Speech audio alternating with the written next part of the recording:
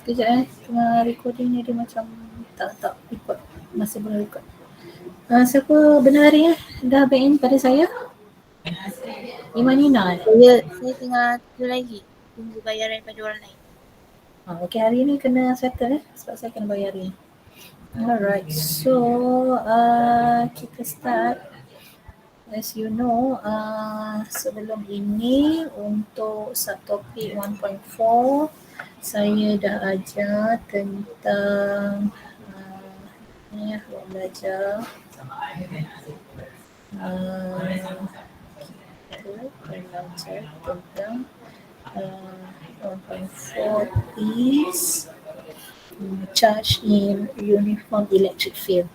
Kalau uniform electric field ni, ini khas untuk uniform bila kata uniform electric field, so kita tahu kalau dia point charge dia bukan uniform electric field. Kalau uniform electric field dia mesti ada parallel plate. Contoh ni parallel plate, so positif dengan negatif. So dekat sini dia akan berlaku uniform electric field, iaitu daripada positif pergi ke negatif. This is uniform electric field, khas untuk uniform electric field. Dan ada beberapa jenis awak kena tengok case case by case yang saya dah explain. Kalau dalam uniform electric field ini, kalau charge ini adalah charge. Case yang pertama adalah charge yang bergerak. Charge tu memang berada di dalam electric field, uniform electric field. So yang pertama ini charge-nya adalah charge positif dan yang kedua adalah charge negatif. So of course dia akan attract kepada opposite plate, opposite charge of plate. So kalau dia adalah charge positif like this one, this one adalah charge positif, of course dia akan bergerak kepada plate negatif. This one charge negatif, of course dia akan bergerak kepada plate positif. Dan ada satu lagi jenis iaitu kalau dalam uniform dia memang berada sama ada charge ataupun partikel. Berbeza dengan partikel dia mempunyai weight. So dia punya equation ada weight. So kalau kenapa charge tu tak ada weight? Sedangkan dia ada mass of electron, mass of proton, kenapa tak ada weight? Sebab dia punya massnya terlampau sangat kecil, sangat kecil, so kita boleh ignore dia punya weight. Kalau partikel dia ada, contohnya mass dekat sini adalah 0.2 gram, so dia punya mass tu, so dia besar berbanding dengan elektron darat 10 negatif berapa puluh kilogram macam tu, so sangat kecil.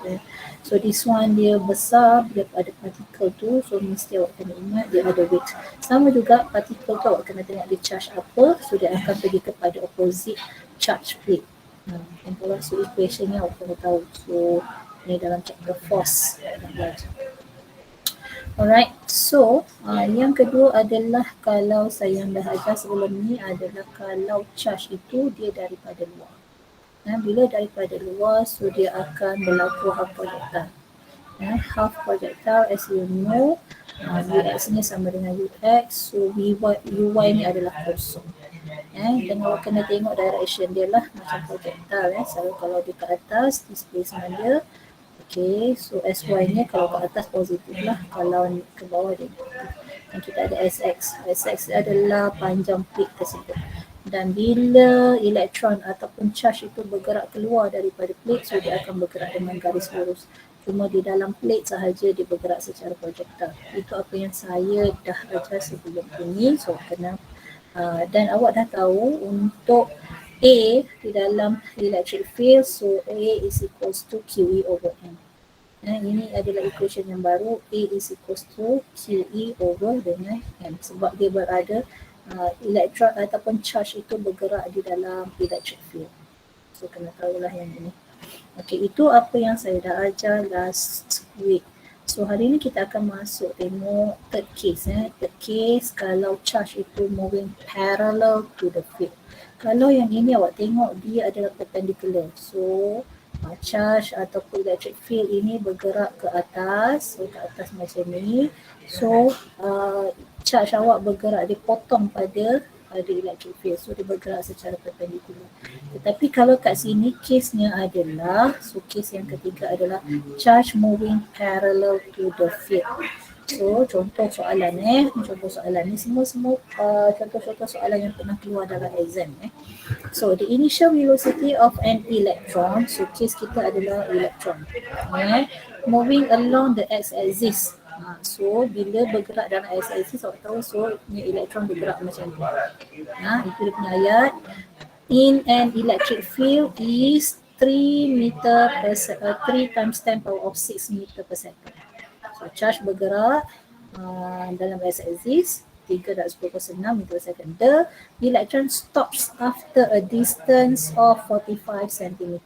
So ini adalah dia punya S lah, distance dia setelah 45 cm, electron tu stop. Kenapa? Mesti ada sebab electron tu stop. So sketch the diagram. Untuk dia stop, mula kalau elektron tu bergerak ke kanan dan akhirnya dia akan stop, mesti ada sebab. Maksudnya dia punya plate mestilah kat belakang dia supaya dia akan menyebabkan elektron tu stop. So kita kena lukis lah. So ini adalah parallel plate kita. Kita lukis, so positif. So ini adalah negatif, parallel plate. Dia mesti uniform electric field. So kita punya electric field mestilah positif kepada negatif. Macam tu.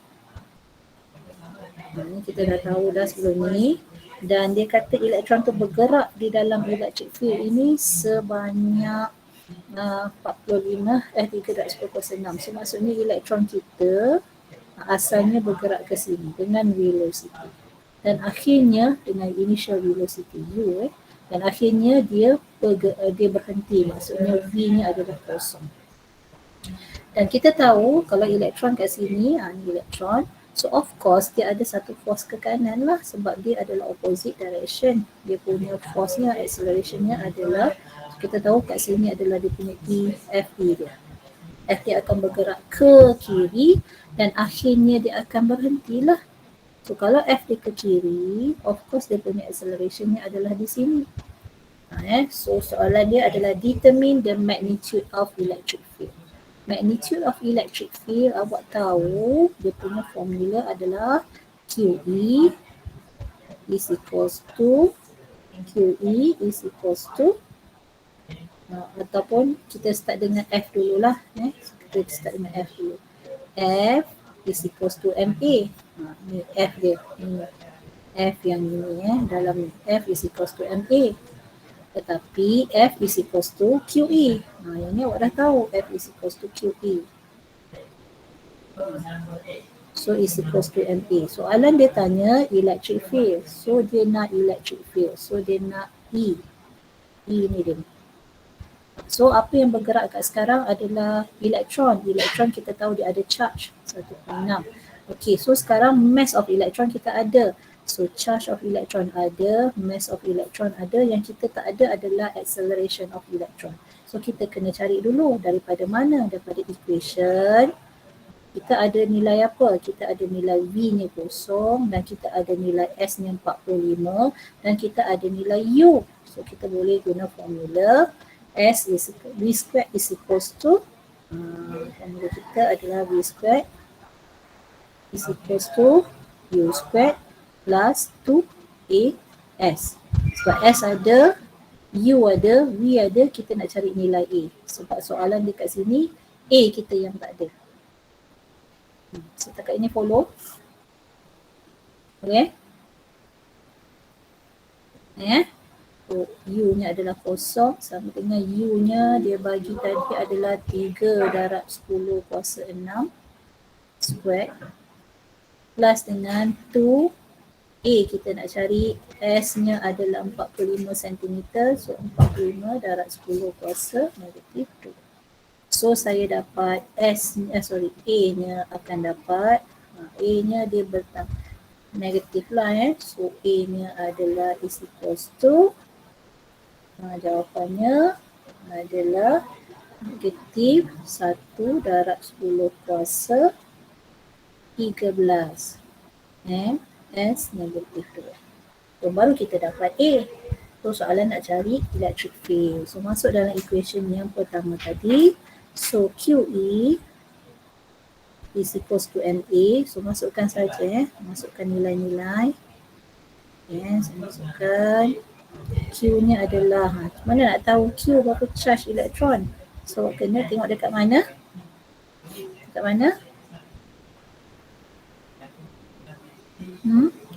Charge of electron. So kita tengok dekat list of constant. So elementary charge 1.6 darab 10 negatif 19. Okay, so masuklah dalam equation. Mass of electron 9.1 darab 10 negatif 1 charge.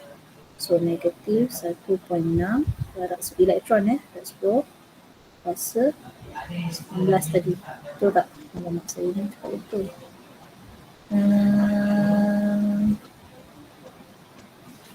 Negatif 19 negatif 19. So negatif 19. E kita nak cari. M of electron adalah, mass of electron adalah mass of electron 9.11 darab 10 negatif 31. 9.11 darab 10 negatif 31. A kita dah cari adalah negatif 1 darab 10 kuasa 13. So therefore kita dapat nilai E is equals to 56.9 punya unit Newton per coulomb. Faham tak? Ya.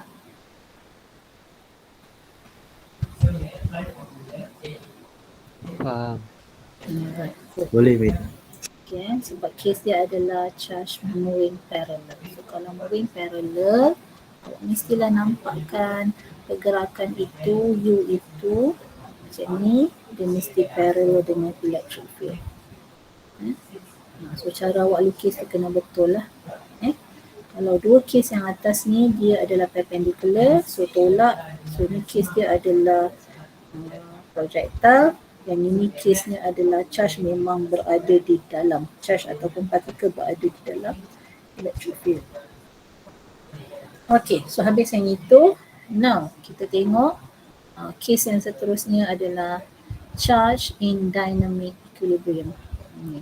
Dynamic equilibrium. So next kita tengok, okay. So 4 microcoulomb particle. Bila kata particle mesti ada apa? Dia kata partikel mesti ada apa? Dia kata tadi, mesti ada apa? Wait. Very good. Mesti ada weight.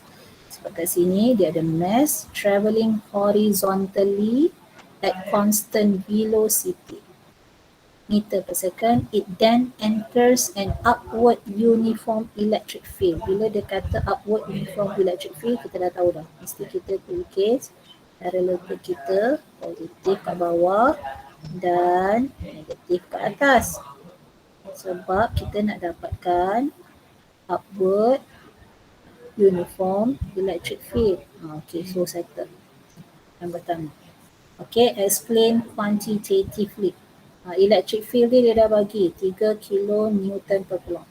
Okay, the motion of the particle, bila kata quantitatively mesti buat pengiraan lah. The motion of the particle in the electric field. So particle ini asalnya, so dia adalah positif lah So positif particle. So dia bergerak kat sini dengan U-nya. So bila awak tahu kat sini dia ada weights lah. Weight particle tu. Okay. So bila dia masuk je dalam ni, bila dia masuk tapi dia dah kata constant velocity. Bila dah kata constant velocity, dia masuk dalam ni, partikel kat sini dah dalam ni. So mesti ada partikel positif, mesti dia bergerak ke atas lah, dia punya tarikannya F-nya ke atas, Fe-nya ke atas.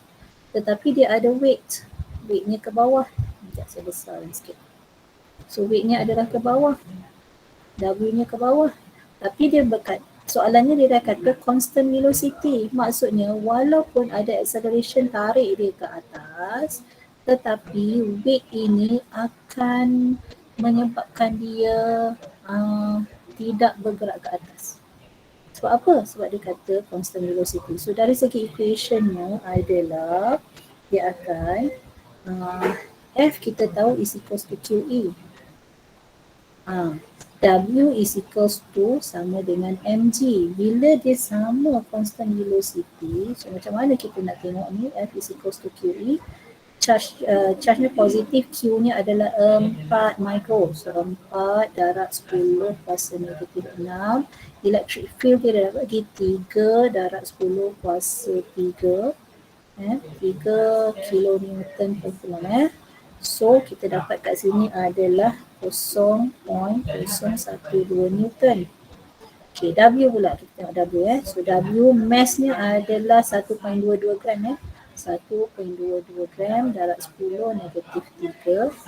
So G 9.81. Didapati nilai ini pun adalah 0.012 Newton.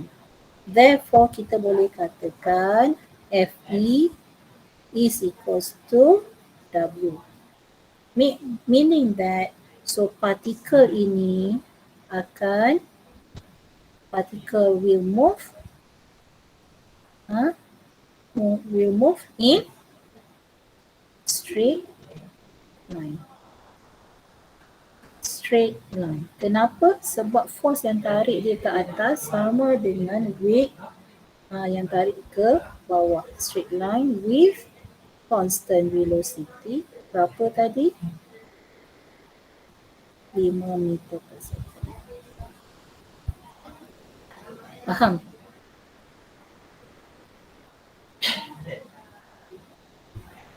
Faham? Faham tak? Alright. Okay, so settle. 4 case yang awak kena tahu. 4 case yang awak kena tahu. So habis yang itu. Nah, saya cerita ni tadi semua adalah pada magnetic field yang uniform. Case ini adalah uniform magnetic field. Okay, now kalau lah, okay, saya tengok yang atas ni, saya explain ni. Okay, nota yang ni. Case ini relationship between E dengan V. Relationship between E dengan V. Electric field dengan dia punya V. Potential. Electric potential. Alright, now kalaulah test charge, dia macam mana nak dapatkan equation sebenarnya. Okay, test charge ni place near a positive point charge Q. So sekarang ni charge kita positive test charge. Okay, ni adalah kita punya point charge. So kita akan bergerakkan kita punya test charge ini dengan jarak yang kecil sahaja, delta R. So W adalah, awak dah belajar di form ni, W is equals to Fs cos theta. Tapi S kita adalah delta R. F kita adalah F yang inilah F yang bergerak ni, Fe ini. Tapi Fe ini charge-nya sebab ini positif dengan positif, so dia repel. So dia repel F-nya ke kanan. Tetapi disebabkan kita bawa test charge ini kepada point charge, so dia punya sudutnya adalah cos 80. So dapat negatif lah cos 80. So equation yang akan jadi delta V is equals to negatif V R.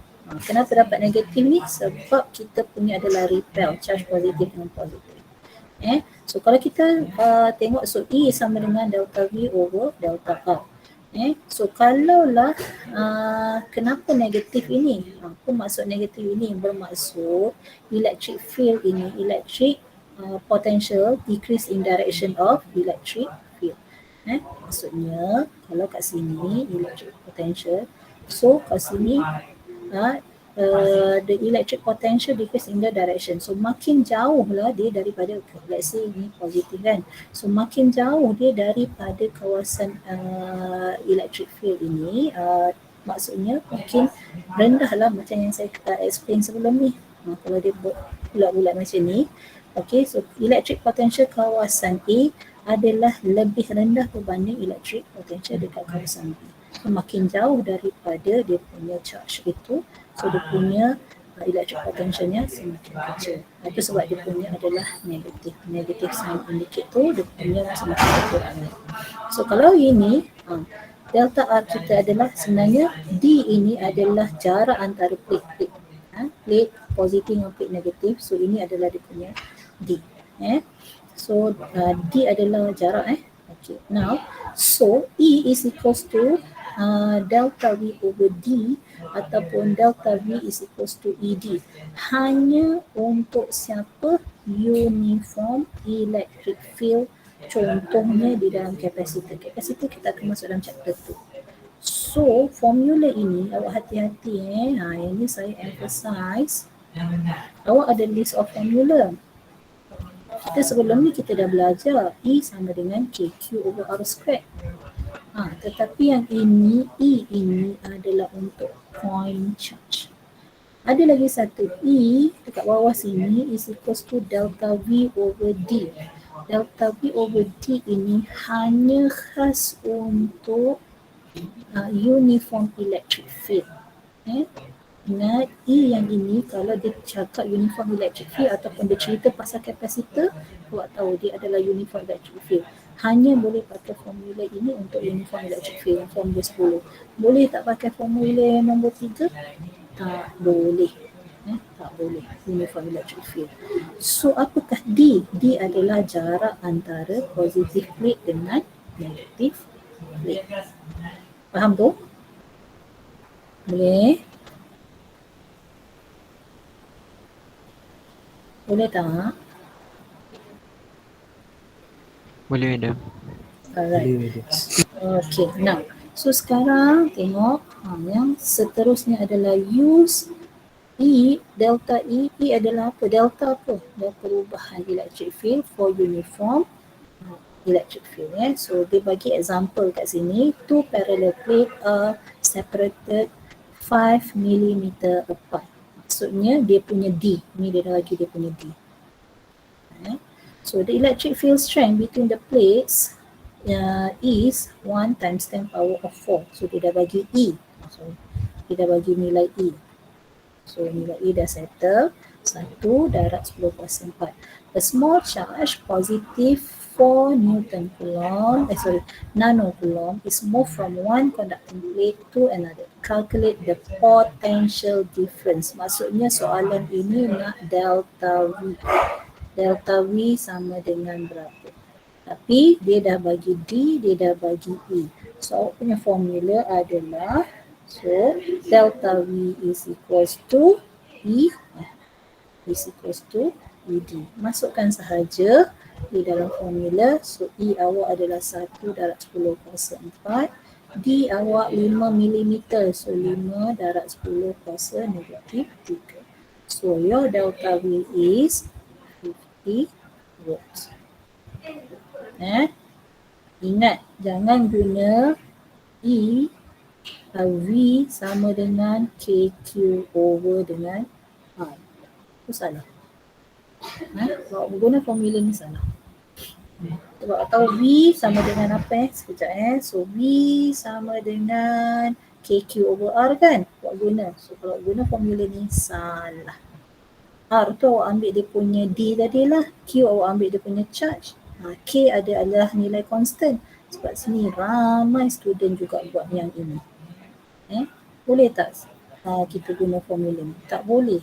Sebab ini hanya sebab dia kata parallel plate. Bila dia kata parallel plate, dia punya electric field adalah electric field ni adalah constant sama So hanya boleh pakai so jangan confuse dengan formula V is equals to KQ over R. Macam boleh kan? Macam boleh pakai sebab Q ada nilai ni 1 kat 10 kuasa 4. R awak guna ni 5 mm. Tapi ada K pula. Nilai constant pun ada. So salah ini. Hati-hati. Alright. So soalan yang ni itu sajalah kot.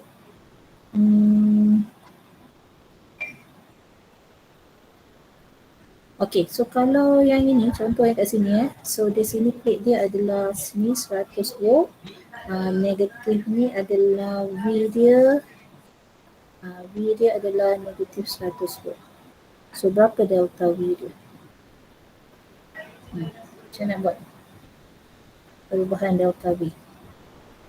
So delta V nya adalah sama dengan 100 tolak dengan negatif 100. So dia punya delta V nya adalah 200 volt. Ha?